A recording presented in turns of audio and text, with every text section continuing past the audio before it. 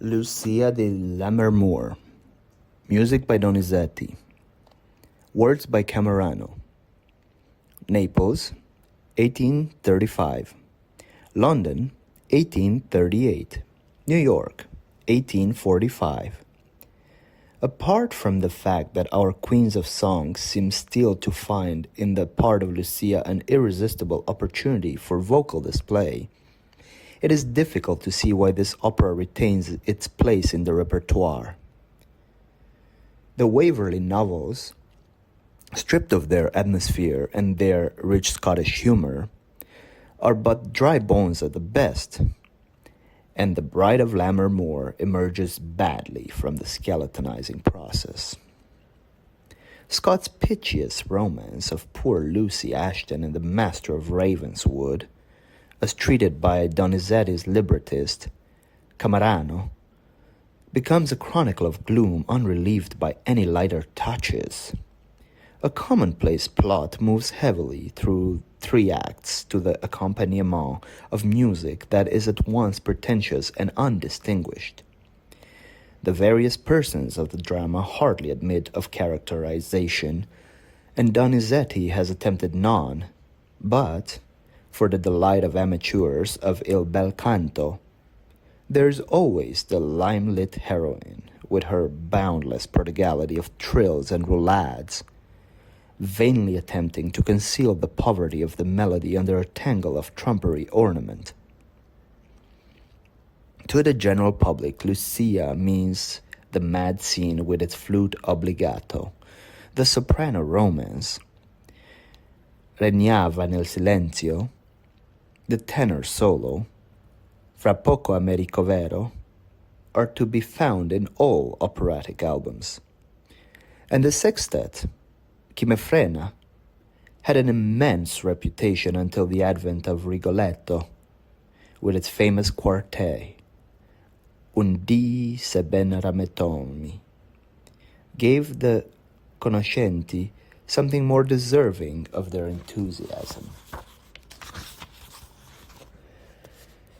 That the action is supposed to take place in Scotland just at the close of the 17th century need send no one to his Scottish history nor even to Scott's novel. This puppet drama is played in the shadowy region of operatic convention, which has scant relation to place or period. Act 1. There is little doing in the first act. In the opening scene, we gather that there is an ancient feud between 2 noble families, that Enrico, who is in difficulties, ascribes all his bad luck to Edgardo, whom he hates accordingly.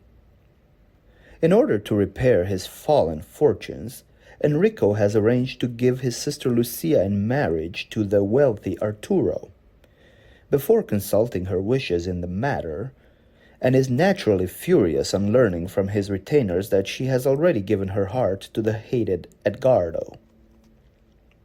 It may be as well to explain that Enrico stands for Sir Henry Ashton, Edgardo for the Master of Ravenswood, Arturo for Lord Arthur Bucklaw, while Lucia is Lucy Ashton, the Bride of Lammermoor.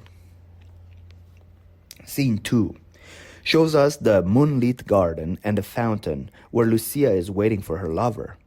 An elaborate solo on the harp forms an appropriate prelude to Lucia's air, Renegava nel silenzio, in which she relates how she had lately seen a spectral form appear beside the fountain which, to mark the occasion, had run with blood, an evil omen, thinks Lucia.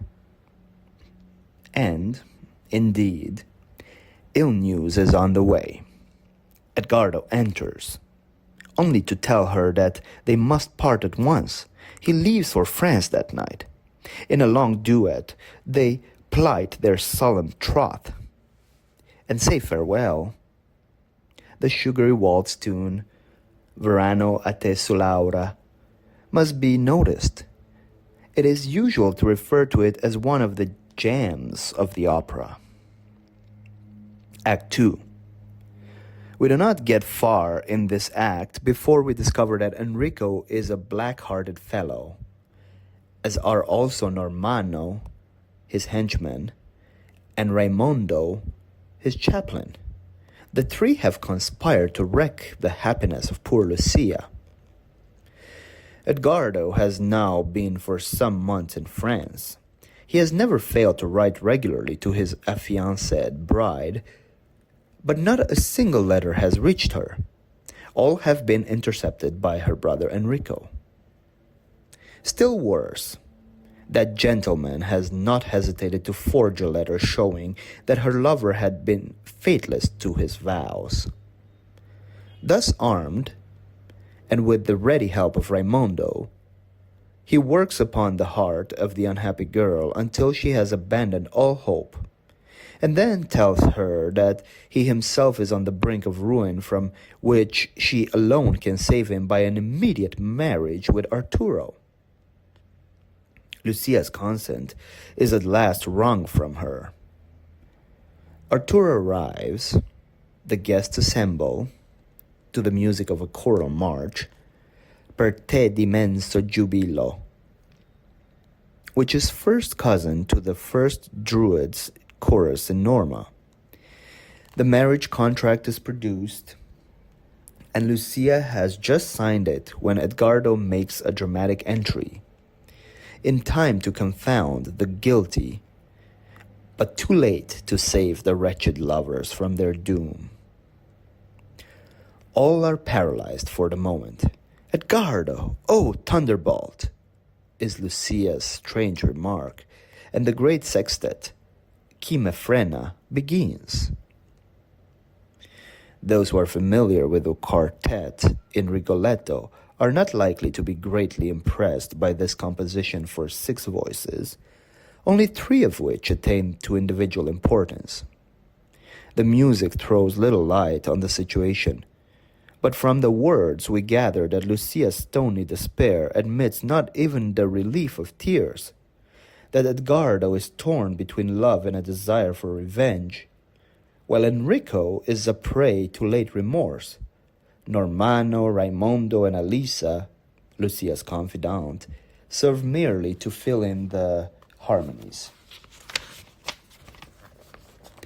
The sextet over, Edgardo's wrath against the treacherous Enrico seems likely to get the better of him, when the chaplain, Raimondo, comes suddenly into the limelight.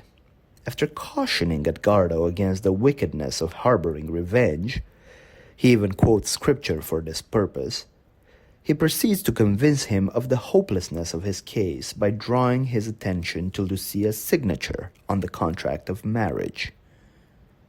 Edgardo, in a frenzy, flings his engagement ring at Lucia's feet and demands his own in return. He then requests to be butchered immediately, in order that Lucia may have the pleasure of trampling on his bleeding corpse on her way to the altar with Arturo. The 6 solo voices are now supported by the entire strength of the company, and the result is one of Donizetti's most substantial finales, conventional and rather colorless, but undeniably effective. Act 3 opens with a stormy scene between Edgardo and Enrico.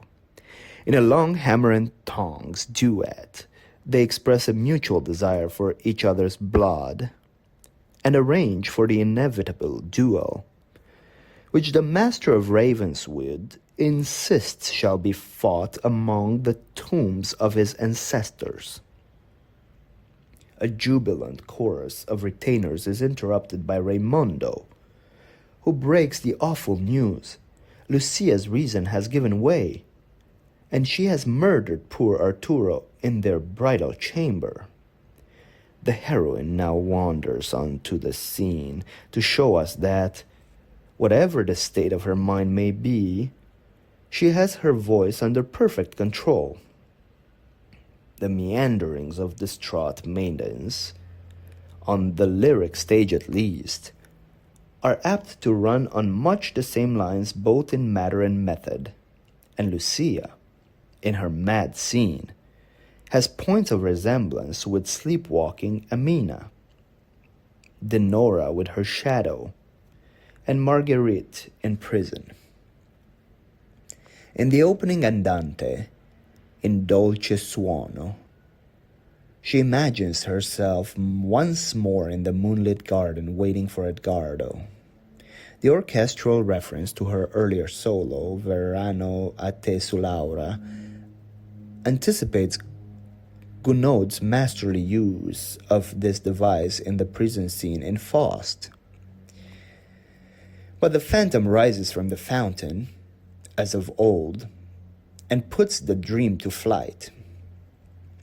Now, like Amina, she is standing with her beloved at the altar, Ardon Lincensi, and life henceforth is to be a heaven on earth. It is at this point that the flute obbligato is introduced with such happy effect. But the entrance of Enrico recalls the signing of the marriage contract and its awful consequences. Again, in fancy, Edgardo stands before her, but only to denounce and cast her off forever. And poor Lucia exhausts herself in a piteous appeal for forgiveness. At last, in the aria Spargi d'amaro pianto, she resigns herself to the approach of death. Enrico will mourn over her ashes, while she, in heaven, will pray for their swift reunion. It is a pity that the opera cannot end here, but Edgardo, of course, has to be provided for. To the tomb of his ancestors he comes in the last scene, not, however, to fight the intended duel. Before Enrico can arrive, he hears of Lucia's death and puts an end to his own existence, impatient to join his beloved in the skies. Fra poco a me ricovero. It is difficult to say much in favor of Lucia as an opera, and easy enough to laugh at the mad scene. But, after all, ours is not an age that can afford to discourage such vocal exhibitions. There are not many sopranos today who can do justice to its extremely difficult passages, and, should the tradition wholly die out, it would be a real calamity for the singer's art. The prima donna, who in the great air from L'Étoile du Nord, in Ombra Leggiera, from Denora, or in the mad scene from Lucia, can triumphantly assert her claim to rival the competing flautist, deserves all possible praise, since she reminds us of what we are too apt to forget, that the human voice is aesthetically the most beautiful and may be made the most perfect of all instruments.